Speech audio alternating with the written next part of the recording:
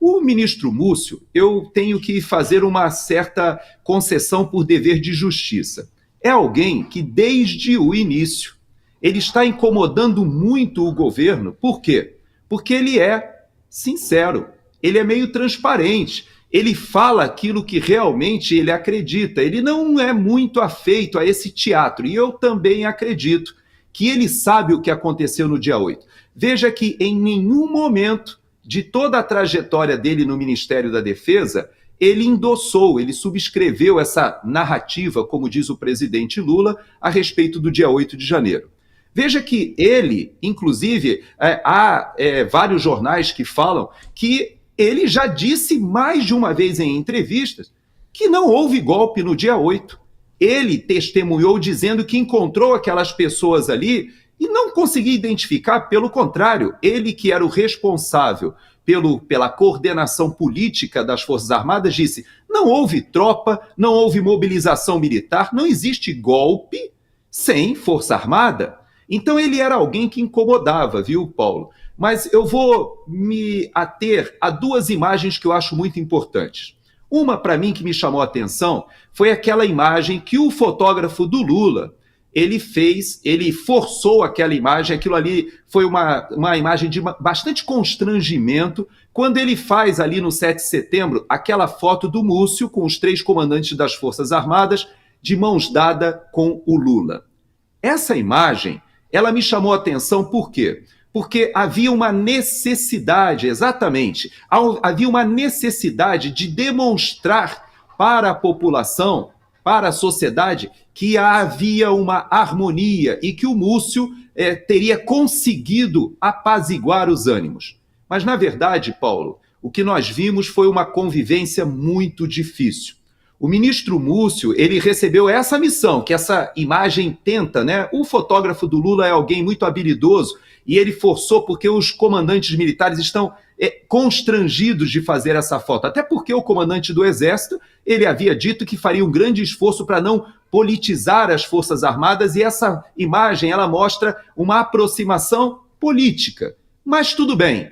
Sabe o que aconteceu, Paulo? O tempo foi passando. O próprio ministro Múcio, por diversas vezes, se viu constrangido de ter que admitir que essa manipulação política dessa relação com as Forças Armadas era prejudicial aos próprios militares. Veja que, certa ocasião, ele chegou, inclusive, a falar daquela licitação, daquela compra que estava sendo feita pelo Brasil de obuseiros autopropulsados, que, aliás, eram os melhores do mundo, venceram. E ele informou, ele disse com bastante honestidade intelectual que questões ideológicas impediram aquela licitação com Israel. Então é alguém que incomodava porque ele justamente não fazia parte do teatro. Veja que houve um dia que para mim foi fundamental. Foi o dia de 1 ano do 8 de janeiro. Foi feita toda uma homenagem ao presidente Lula, aos ministros, e os comandantes militares foram convidados para essa cerimônia e não queriam ir. Por que eles não queriam comparecer? Porque estava já com 1 ano muito nítido para todo mundo que os comandantes militares estavam desgastando a imagem das Forças Armadas quando se associavam a esses atos políticos.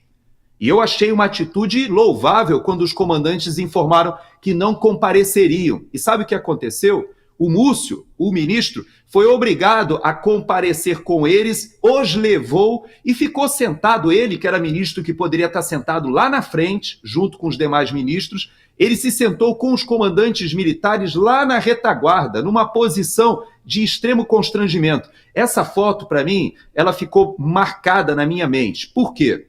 Porque nesse dia em que os comandantes das forças estavam ao lado do ministro Múcio, extremamente constrangidos, o próprio presidente... Não essa imagem. É outra imagem, ele sentado. Do dia 8. Sim, é a imagem em que os comandantes estão ao lado do próprio ministro da Defesa, naquela cerimônia ali de 1 ano do dia 8.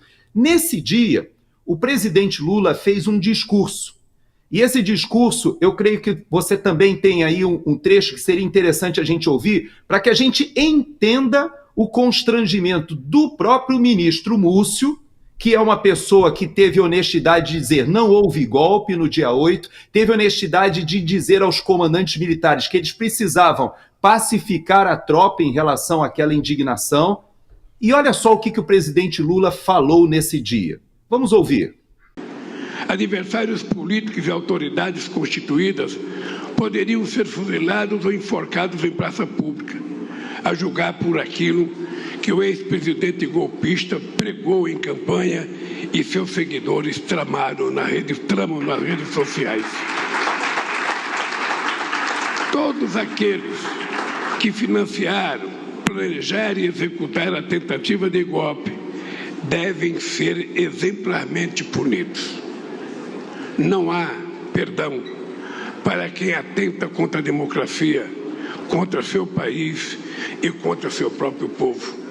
Essas palavras do presidente Lula, elas mostram que não há perdão, não há anistia, pelo contrário, há vingança, há desejo de punição e de vingança.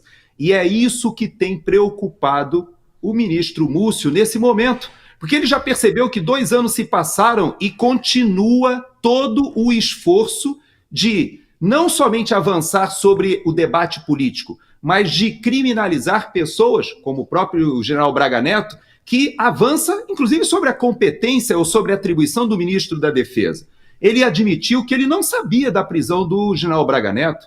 Sabe que a reunião que aconteceu, que antecedeu e que pessoas vazaram, que esteve presente o comandante do Exército, o comandante da Força Aérea, parece que o comandante da Marinha não estava presente, e que havia até pessoas da cúpula do governo do PT, me falaram que estaria ali o Aloysio Mercadante, porque é filho do general Oliva, ou seja, alguém que conhece o meio militar, estaria ali também o Genuíno, ou seja, essa reunião, o ministro da Defesa não foi convidado para essa reunião? Como é isso?